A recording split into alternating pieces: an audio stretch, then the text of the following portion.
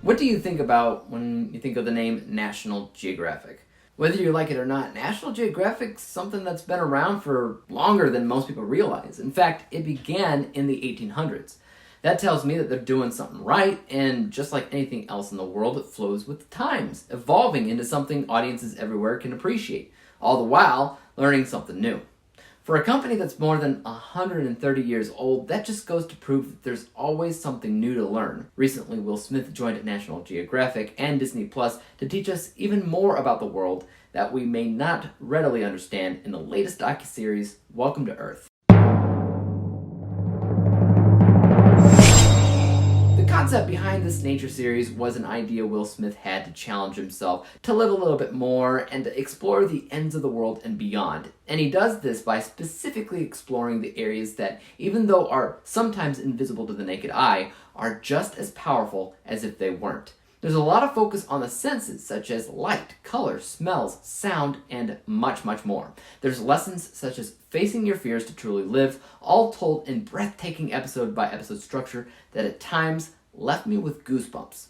Each episode is structured similarly, with Will Smith teaming up with an explorer, guiding him on a number of different missions that he doesn't initially find very comfortable, such as coming face to face with an active volcano in order to study the effects and power of sound, and how sound on its own carries much more weight than you'd realize. The second episode has Will diving deep underwater, where all light is snuffed out, and then we're told how important light is even in a place where it can't be seen. How when certain creatures are shown in light, they emit colors and lights that are both there and not really there at the same time, since other creatures can't actually see it. The third episode focuses on the mind of a swarm, connecting actions of a group of wildebeests with a swarm of bees. The list goes on. I found these episodes to be enlightening, exciting, and Will Smith as a host couldn't have made any better sense. Sometimes a narrator of a documentary is what we go off the most, and because Will Smith has always had a way with words, the audience will have absolutely no problem whatsoever getting sucked into his first-hand experience. What's so wonderful about docuseries like this is even if you weren't a fan of educational programming, you can still appreciate the absolutely stunning display of visuals. There's a lot of focus on things like cinematography, lighting, and color that is guaranteed to drop your jaw if you have something like a 4K HDR television at home.